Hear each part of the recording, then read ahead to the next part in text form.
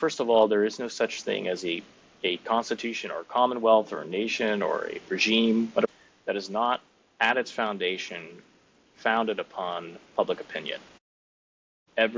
Even the tyrant has to have public approval. Otherwise, he'll be killed and overthrown.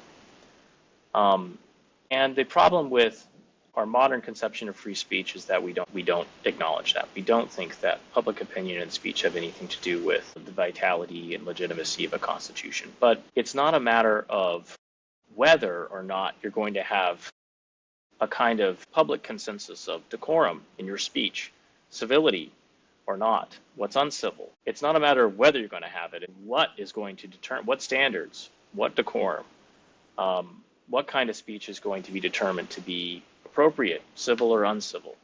And so what the left has done recently is they recognize that and they're unashamed to impose a kind of cancel culture on the right, but that the inputs, the standards that they have been so just warped and distorted. It's like if you're Brendan Eich in mid-10s or something, and he had given a couple $1,000s to Proposition 8 in California to defeat the same-sex marriage proposal, and he got canceled. He got canceled as the CEO of Mozilla, for merely giving money to the wrong cause on the sexual revolution liberation front. So their whole project here is wrong because of their ideas, their ideology, their moral standards, their conception of what it means to be human. But the idea of cancel culture itself is really a kind of vulgarity for what's known as the law of fashion.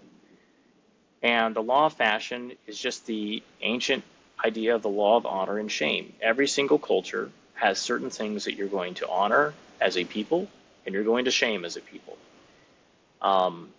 And somebody like John Locke talks about the different kinds of law. He talks about natural or divine law, civil law, and then he talks about this law of fashion. This has been around for hundreds, thousands of years. Every society functions according to this kind of soft, I call it soft power in comparison or contrast to kind of hard civil law. No one's going to fine you and throw you in jail for, disrespecting your elder. But you might get in trouble with your parents, and you might get in trouble with the school superintendent. You might get chastised by a neighbor or something like that. There will be some kind of social feedback. Cancel culture has been a hot topic, and the problem is that it's been perverted by the left and the modern conservative right, which has functioned in kind of this liberal neutrality, methodological naturalism for almost a century now, has gotten rid of these old-fashioned views of the law of fashion,